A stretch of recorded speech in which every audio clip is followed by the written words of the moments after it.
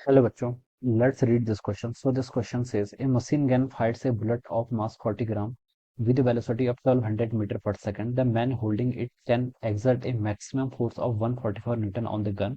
How many bullets can he fire per second at the most? ठीक है, कितनी maximum वो क्या कर सकता है, बुलेट को क्या कर सकता है, फायर कर सकता है पर सेकंड के हिसाब से। ठीक है, तो चलिए बच्चों, इस क्वेश्चन का की कॉन्सेप्ट आप क्या लिख सकते हैं। देखिए, इस क्वेश्चन का की कॉन्सेप्ट आप, ये आपका Newton second laws of motion पर बेस्ड प्रॉब्लम है। किस पर? आपकी Newton second laws of motion. तो आप फोर्स लिख लीजिए। देखिए, इस क्वेश्चन का की कॉन्सेप्ट, ठीक है। आप देखिए, बुलेट को फायर करते हैं तो उस पर एक क्या आती है, रिकॉल वेलोसिटी आती है, इसमें बैकवर्ड डायरेक्शन पर। ठीक है, आप पर भी एक क्या लगता है, फोर्स लगता है। ठीक है, तो वो फोर्स हमें यहाँ पर बताना है। ठीक है, अब बोला गया कि एक machine gun fires a bullet of mass 40 gram with a velocity of 1200 metre per second. The man holding it can exert a maximum force. जिस पर्सन ने देखिए बुलेट को पकड़ा होगा, उस पर मैक्सिमम फोर्स कितना लग सकता है, 144 न्यूटन के इक्वल लग सकता है।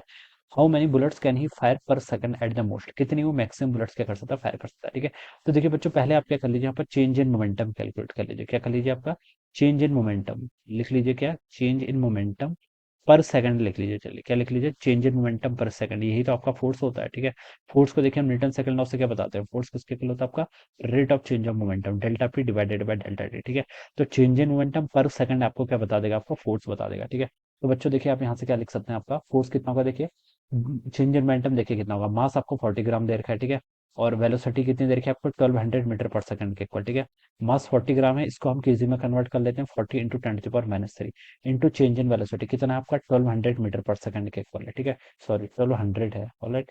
कितना हो जाएगा आपका, 1200 मीटर पर सेकंड के इक्वल, डिवाइडेड बाय आपका क्या, टाइम। ठीक है, तो ये क्या जाएगा आपका, टाइम कितना, 1 सेकंड के हिसाब से बता रहे हैं, तो ये आपका फोर्स हो जाएगा। दिस इज द फोर्स, इतना फोर्स आपका लग रहा है। ठीक है, तो ये देखिए, ये फोर्स आपका एक बुलेट के करस्पॉन्डिंग है। कितना? एक बुलेट के करस्पॉन्डिंग। ठीक है, तो देखिए इसको सॉल्व कर लीजिए, 40 इंटू 120 करेंगे तो आपका देखिए कितना होगा, 12 इंटू फोर, तो आपका 48 के इक्वल हो गया। 30 और आ जाएंगे, इंटू आपका 10 to the power -3 क्या, न्यूटन आ जाएगा। ठीक है, तो इसको आप यहाँ पर से ऐसे लिख सकते हैं, दिस इज अवर 48 न्यूटन। कितना आ गया आपका, 48 न्यूटन। ठीक है, तो 48 न्यूटन तो आपका देखिए एक बुलेट को फायर करने पे आपका बैकवर्ड डायरेक्शन पे आपका इतना रिकॉइल फोर्स लग रहा है। और ये जो पर्सन ने देखिए इस बुलेट को पकड़ा हुआ है, ठीक है, मशीन गन को, वो मैक्सिमम कितना फोर्स एक्सर्ट कर सकता है, 144 न्यूटन, यानी कि 144 न्यूटन। ठीक है, तो हमें बताने की देखिए 48 न्यूटन एक बुलेट के करस्पॉन्डिंग है, और मैक्सिमम फोर्स वो कितना एक्सर्ट कर सकता है, 144 न्यूटन। तो कितनी नंबर ऑफ बुलेट्स को साइमल्टेनियसली क्या कर सकता है, फायर कर सकता है, एक सेकंड में कितने बुलेट को फायर कर सकता है। तो देखिए बच्चों, हम यहाँ से क्या निकाल सकते हैं, मैक्सिमम फोर्स कितना आ रहा है आपका, 144 के इक्वल। ठीक है, और एक बुलेट के करस्पॉन्डिंग कितना फोर्स आ रहा है आपका, 48। ठीक है, तो एन नंबर ऑफ बुलेट्स देखिए कितनी बुलेट्स वो एक क्या कर सकता है, फायर कर सकता है पर सेकंड। तो 144 डिवाइडेड बाय 48 करेंगे तो आपका 3 आ जाएगा।